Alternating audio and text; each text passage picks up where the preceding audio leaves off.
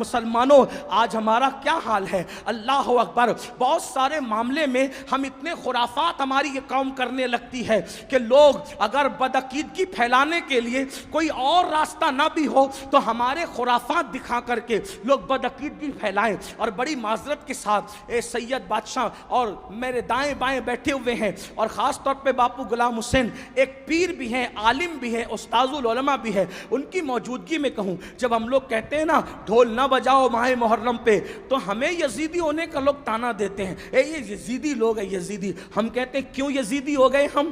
ہاں ہمارا حال تو یہ ہے کہ ہمیں ناسبی اور خارجی اہل بیت کا ذکر سن کے ہمیں رافضی کہیں، اور آپ کو ڈھول کے لیے منع کریں تو آپ ہمیں یزیدی کہیں.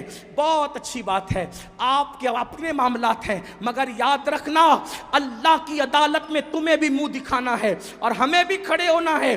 ہم حق بات کہہ جائیں گے. کیوں ڈھول بجاتے ہو محرم میں؟ کیوں ڈھول پیٹتے ہو محرم میں؟ کیوں چڑھاوے چڑھاتے ہو بتوں کی طرح معاملات کر کے؟ تو آپ کہیں گے محبت ہے، محبت. ہم نے کہا کیوں محبت ہے؟ جن کی شادیوں میں ڈھول نہیں بجے ان کی شہادتوں پہ ڈھول بجاتے ہو بے شرمو. آپ بتائیں مجھے، کوئی ثابت کر سکتا ہے امام حسن کے نکاح پہ ڈھول بجا، امام حسین کے نکاح پہ ڈھول بجا؟ جن کی شادیوں میں ڈھول نہیں بجے ان کی شہادت پہ ڈھول بجانے کا جگر لاتے کہاں سے ہو؟ کہا نہیں نہیں یہ عشق اور محبت ہے. ہم نے کہا اگر یہی عشق و محبت ہے، اگر یہی تقاضۂ محبت ہے کہ علی اکبر کے جسم کے جس دن ٹکڑے ہوئے ہوں، جس دن اللہ اکبر امام حسین کے سر کو نیزے پہ اٹھایا گیا ہو، جس دن بیویوں کی چادریں چھینی گئی ہو، اگر اسی دن ڈھول بجانا تقاضۂ محبت ہے، اللہ کسی کو وہ دن نہ دکھائے جس دن تیرے بیٹے کا ایکسیڈنٹ ہو اور تیرے بیٹے کا جوان بیٹے کا جنازہ اٹھ رہا ہو، اس وقت تو ڈھول بجانا.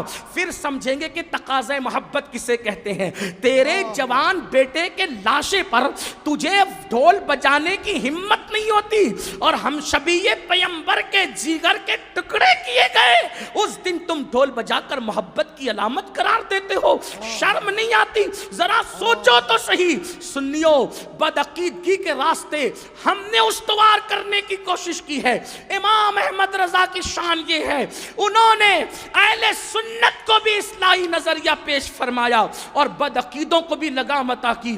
کم نصیبی یہ ہے ہم نے بدعقیدوں کے معاملے میں اعلیٰ حضرت کا موقف تو پیش کر دیا، لیکن اہل سنت کی اصلاح کے لیے انہوں نے جو باتیں پیش کی کہ ہم نے اس کی ہمت کی، اس لیے کہ ہم تو سوچتے ہیں فلاں صاحب ناراض ہو جائیں گے، فلاں صاحب. یاد رکھو قرآن کہتا ہے واللہ ورسولہ احق ان یرضوا، اللہ اور اس کے رسول زیادہ حقدار ہیں کہ ان کو راضی کیا جائے.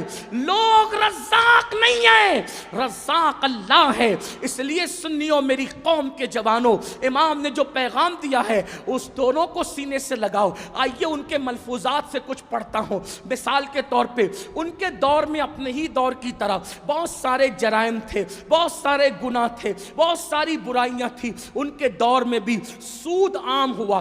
جب سود عام ہوا، امام اہل سنت محدث بریلی نے سود کے حوالے سے واضح موقف اسلام کا پیش فرمایا. اللہ اکبر. آپ اپنے ملفوظات میں لکھتے ہیں، حدیث کوٹ کرتے ہیں. اب ذرا توجہ سے سننا امام کیا لکھتے ہیں ملفوظات شریف میں. فرماتے ہیں کہ اللہ کے رسول علیہ السلام نے فرمایا جس نے سود کا 1 درہم کھایا، جس نے سود کا 1 درہم کھایا، گویا اس نے اپنی ماں کے ساتھ 36 مرتبہ زنا کیا. سود کا 1 درہم کھانا اپنی ماں کے ساتھ 36 مرتبہ زنا کرنے کے برابر ہے. ایک مقام پر حدیث لکھتے ہیں، حدیث نقل کرتے ہیں فتاوی رضویہ شریف میں کہ سود کے 70 درجے ہیں، سود کے 70 درجے ہیں. اس میں سے سب سے ہلکا ترین درجہ یہ ہے کہ کوئی اپنی ماں کے ساتھ زنا کرے. اللہ اکبر. آج وہ دور سے مختلف اپنا دور نہیں ہے. آج دولت کی محبت میں، آج دولت کی الفت میں، آج دولت کے پیار میں اللہ اکبر بہت سارے مسلمان سودی دھندے کر رہے ہیں، سودی کاروبار کر رہے ہیں. سود عام ہو رہا ہے، سود عام ہوتا جا رہا ہے. اللہ اکبر. میں آپ سے پوچھتا ہوں، یاد رکھنا دولت کی محبت میں اللہ کی نافرمانی کرنے والوں، اللہ نے جو حرام کیا ہے تم اس کو حلال کرتے ہو۔ آؤ اللہ کے سچے نبی صادق و مصدوق صلی اللہ علیہ وآلہ وسلم ارشاد فرماتے ہیں، اللہ کی عزت کی قسم جس کے قبضے میں محمد کی جان ہے۔ دیکھو حضور کیسے قسم اٹھا رہے ہیں، حضور کیسے قسم اٹھا رہے ہیں، فرماتے ہیں اللہ کی عزت کی قسم جس کے قبضے میں محمد کی جان ہے، تم ضرور ہلاک ہوں گے۔ توجہ کریں، انداز دیکھیں، فرمایا تم ضرور ہلاک ہوں گے، تم ضرور برباد ہوں گے۔ کب؟ جب تمہارے اندر سود عام ہوگا، جب تم بیاج کے دھندے کرنے لگو گے، جب سود تمہارے اندر عام ہوگا، جب شراب تمہارے اندر عام ہوگا، جب زنا تمہارے اندر عام ہوگا۔ آقا علیہ السلام فرماتے ہیں جب تم لہو و لعب یعنی میوزک، موسیقی اور گانے بجانے کے آلات کے دل دادا ہو جاؤ گے تو اللہ کے رسول علیہ السلام فرماتے ہیں جب یہ گناہوں پر تم عادی ہو جاؤ گے تو اللہ راتوں رات تمہاری شکلیں یا تو سور کی طرح کر دے گا یا تو بندر کی طرح کر دے گا۔ اور فرمایا جب سود، زنا اور میوزک اور موسیقی عام ہو جائے گی تو اس وقت تو تمہارے گھروں کو ڈھایا جائے گا، اس وقت تو تمہارے گھر گرائے جائیں گے۔ ایک بات آپ کی جودھ پور والوں توجہ چاہتا ہوں، آج پورے ہندوستان کے اندر یہ کہا جا رہا ہے ہمارے گھر کیوں توڑے جا رہے ہیں، ہمارے گھر کیوں اجاڑے جا رہے ہیں۔ آپ سے ایک بات عرض کرنا چاہتا ہوں، جو اجاڑ رہے ہیں وہ ظالم ہے، ہم ان ظالموں کے ساتھ نہیں، لیکن 1450 سال پہلے اشارہ دے دیا گیا تھا جب تم سود کے دھندے کرو گے، جب تمہارے اندر زنا اور شراب اور موسیقی عام ہو جائے گی، تمہارے گھر اجاڑ دیے جائیں گے، تمہارے گھروں کو ڈھا دیا جائے گا۔ اللہ اکبر۔ آج مسلمانوں کا حال یہ ہو گیا ہے، تھوڑی سی دولت کی لالچ میں، تھوڑے سے مال کی لالچ میں، اللہ اکبر، 16 17 سال کے لڑکے شارٹ ٹائم میں کروڑ پتی بننے کے چکر میں، مختصر وقت میں مالدار بننے کے چکر میں کیا کر رہے ہیں؟ سود کے دھندے کر رہے ہیں۔ غیرت کہاں گئی؟ اللہ کے سچے نبی نے فرمایا 1 درہم سود کا ماں کے ساتھ 36 بار زنا کرنے کے برابر ہے۔ حیا نہیں آتی، غیرت نہیں آتی، کتنا بدترین کام کر رہے ہیں۔ دولت ہی سب کچھ ہے، تھوڑی دیر غور تو کرو، تھوڑی دیر سوچو تو صحیح، یہ دولت لے کر کے کون جاتا ہے؟ جاتا ہے کوئی بڑے بڑے بادشاہ، بڑے بڑے تاجدار، بڑے بڑے مالدار۔ اللہ اکبر۔